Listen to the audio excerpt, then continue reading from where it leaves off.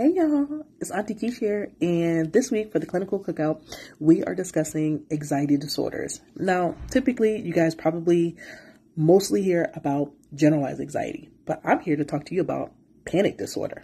So you're probably all wondering, what is panic disorder? And how is that different from an anxiety attack? Well, let me explain.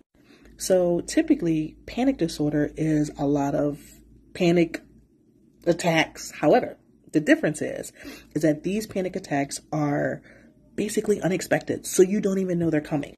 Versus an anxiety attack, there may be a gradual build up to it, okay? The good thing is, not everybody who has panic attacks develop into a panic disorder. So, just in case you're a little nervous about what I'm saying, it's okay. Take a deep breath. Now, if you think you're one of those people who have panic disorder, I can tell you that about 2 to 3% of the population is diagnosed with panic disorder. And if you are assigned female at birth, you are 2 times more likely to have panic disorder than those who are assigned male at birth. Now, some of the symptoms that you might experience may be like chest pain, your racing heart, you have difficulty breathing, you feel nauseous, you have intense fear, you might even feel like you're smothered or choking, okay?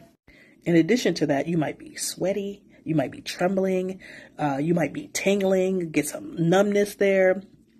You may even feel like you're going to die, okay?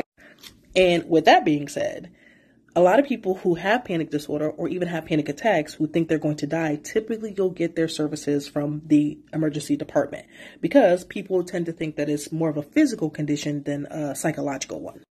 Now, I don't want to be the bearer of bad news, but sometimes when you have panic attacks, it can last for about 5 to 20 minutes. Now, that's going to seem like forever, but there's also sometimes where they can last up to an hour. And I can understand why you would feel like your life was over, because to be in that type of state for that long feels like eternity. Now, researchers believe that because you are experiencing this, it means that there may be some chemical imbalance. So there's some neurotransmitters that just may be off a little bit, like GABA, serotonin, your cortisol levels just may be off. Also, they think that there may be some family history. You may have some other underlying medical conditions or mental health conditions. And, if you haven't heard, there may be some childhood trauma or some things that have gone on in your life that was a traumatic event that may be also sparking some of the dysregulation that you may be feeling. So to help with some of this, you can go to therapy, you can take medication, you can exercise, you can manage your stress a little bit better so that way you won't have some of these attacks.